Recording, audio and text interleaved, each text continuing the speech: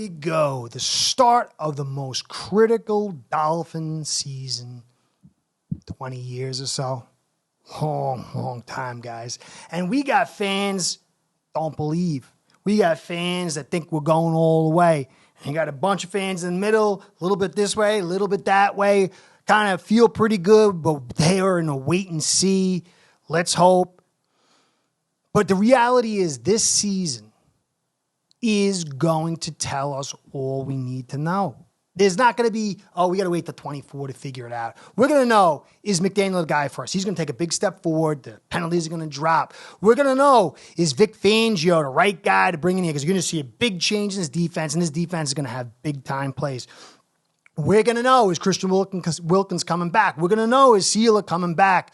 Or we're going to know, can Tua stay healthy? We're going to know, can Tehran go through a season without being injured? And is this offensive line good enough? We're going to know if Chris Grier's avant-garde, road less traveled build, it's been a really, really interesting and different way of building this team that Chris Grier has chosen. And it's going to either be brilliant or foolish. We're going to find out. We're going to know, because we're coming off a playoff game where we almost beat the Bills at home with our third-string quarterback, in a postseason game, and we were second in the division. We tool up with all this stuff. We've got to make the conference championship game, or at least divisional round if some kind of crazy context, the refs go blind and do one of those ridiculous Saints things or whatever, something to that effect. But we've got to have substantial success this season, and that's a great thing, because the people on the left who don't believe, the people on the right who do believe, that's really what this is about. We're either hitting the top of the road and proving the right side, the super positive people correct, or we're not in this peak talent season and we underperform, and that's not good. That's terrible. It's a bad sign for things to come. It's not the end of the world. I think we can keep things together in 24, but this is the peak season. And so all our questions, whatever side you're on, we're all Dolphins fans suffering for a long time, and we express it differently, but we all want to see the Dolphins win. This is our season, and it's as exciting as it gets. And the rookies start coming today, and training camp, in effect, starts. It's going to be a little slow roll for these guys to get their feet wet. Then the vets come in next week, and there's a 3 or 4 days of acclimation period. And then you're going to see the velocity of evaluations coming faster and faster and faster. And that's what I want to cover today. Got a list here of all the things that I think are critical. The time frame we should start seeing these things. What's the key storylines leading up to the preseason games? Because people say you can't learn anything from preseason games. That's baloney. I mean, these coaches, they get together, they have huge notes, they're watching everything, everything's on film. They're pretty much understanding, and this is just like icing on a cake and a little bit of warm-up. But for us fans, the film that we see, not whether you score points or first downs, but how players perform within their skill sets against other players is strong evaluation. So we're heading through this training camp period, and we have a list of criteria we should see. And then we'll change that criteria a little bit up for the preseason games. And then, of course, it all starts week 1 against the LA Chargers in should be an ultimate exciting game. So, anyway, I'm going to get through it. Right here, to me, one of the most critical evaluations, I hope I'm saying the guy's name right, is Brandon Piley. We need depth at that 0 and 1 technique, a big boy inside to maybe sometimes pair with Raekwon Davis in a short down or goal line situations, and to be depth. And there's no one else. We don't have Jenkins this year. This guy, if we hear early on, wow, but Piley's hard to move, that's a great sign. Because I'm concerned about Davis staying healthy. I'm concerned about him. I mean, I like what Fangio does. It's not 2 gap. It's not 1 gap. It's a gap and a half, and I think it's going to work well for the long-arm Davis. But can he stay healthy? And he's a free agent.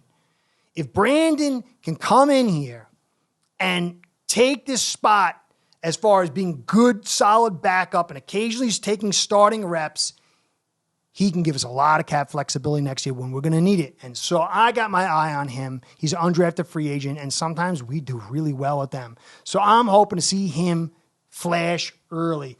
Now, I'm going to go down the list. Quarterback, I like Thompson. I like White. I like Tua. Tua's the starter. Mike's the backup. And then Skyler's the third guy. We got a really strong quarterback group, but there's nothing, whatever you see here, it's what you see. We know who's starting, who's backing up. Maybe Thompson can take over for White. I don't know. I don't think that's even really a concern. Mostert, Wilson, A-Chain's going to be another one. It'll be very interesting to see how he works. Not an early portion. There's going to be lots of space. There's not going to be contact. Can he catch the football? Is he consistent? And then when a contact happens and he goes inside, is he patient enough inside? He's a guy that's very critical for us. I don't know if Cook's coming. Maybe. That's another big story. Who knows? Cook coming. Then you got Hill, the chosen, easy. It's time for him to step up. It's time for him to have his name in the little blurbs that we read through this, early portion of when the vets come in. He's not a rookie, so you want to see him in this early portion start, dominating all the guys, being at least a fifth or sixth guy. I don't know if we're going to keep six. We got Hill, Chosen, Waddle, Berrios, Wilson. You can't get rid of Wilson unless you want to lose about $2.5 million. I think he's going to be here. We try to move him. So that's 1, 2, 3, 4, 5. And it's Easy and River Craycraft. We keeping 6, we keeping 7. It's going to be interesting. Freddie Swain, I don't know. Davis, Coleman. But to me, Easy, we went over him, over my guy, Zach Tom. And I understand why. It's a very huge value position, but it's his time. There's no excuses. If he doesn't step up now, the chances of him stepping up is going to be very, very low. Tight end.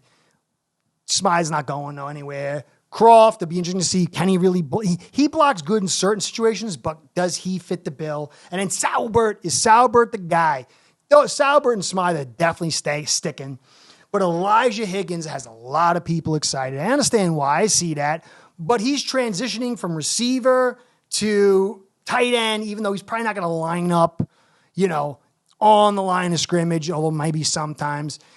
If he can get over Tanner, and you hear more about Higgins than Tanner, that's great signs. I think the kid can develop. I think he might have to sit on the practice squad. You could stash him there. And I think that's really the track for this kid.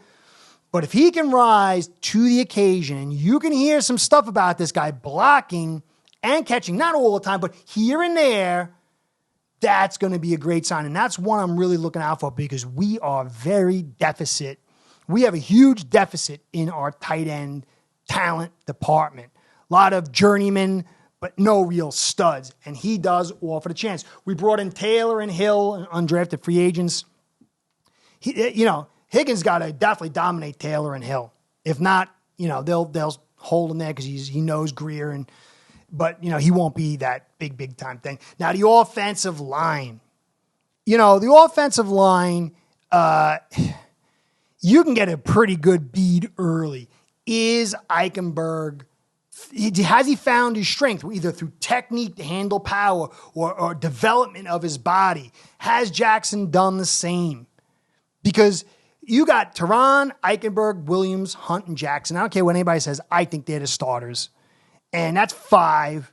Dan Feeney, he's like $3 million. You can't get rid of him. That's 6. Isaiah Wynn's like a 1.5 or 1.6 to get rid of him. I think he's staying. That's 7. So you're going to have to find your 8th with Jones, Lamb, Cotton, Olave, Ryan Hayes. You can see a picture here. We drafted him in the 7th. Look at those arms. You're going to need some serious technique to overcome that. You got to have some sand in your pants. And those arms are little, those like paper cleaners. So I don't really know if he can make it. Cedric O, he's another guy we brought in. Lester Cotton, he was struggled last year. Christian, we brought a bunch of guys, Horst and Scaff and Jensen. But really, when you look at it, there's 7 guys there. We'll probably keep 8. All these other guys, besides the guys I said are sticking, are fighting for 1 spot and maybe 2 if we keep 9. So Wynn, And then does Jones? I like Jones. I hope we keep Robert Jones. He could really fit that role for Hunt and like nobody else. I think if Hunt needs a breather or Hunt somehow don't want to say gets injured. So I really like Jones being the 8th. So that'll be really interesting. Now on defense, there's a lot of stories we're gonna know really quick. Piley, I mentioned him. He's a big guy, man. I've talked a lot about him. So it'll be very, very, very interesting to see what happens with him. That's probably one of my biggest. Next would be Tyndale. Can Tyndale shine? You got Van Ginkel moved into the spot. I think he's just there in short down situations to add depth there and add. Baker and Long. Long's going to be one of the best linebackers we've seen in Miami in a long time if he can stay healthy. I like what Baker did last year. I think he's taken a step forward from what I saw on the tape last year. Be interesting to see if he can take that next step. And you got Garrett Nelson and Vanderburg and Miller behind it. But Tyndale's time is now. He's got to pop and pop big and pop early. Or it's just, I don't really feel good for him. Duke Riley, I think he's manned that extra spot. He's proven to be reliable in both the pass coverage, special teams, and run stop. So it's Tyndale's time. Then can Howard make it through camp without getting injured? Xavier Howard's a great talent who's been injured a lot the last 2 seasons. Can he deliver? Now, Kohu, that's another one. I think Kohu is going to do really well with this system. It's zone. His biggest problem was that mid to latish clock where guys that were fast would burn him in man coverage.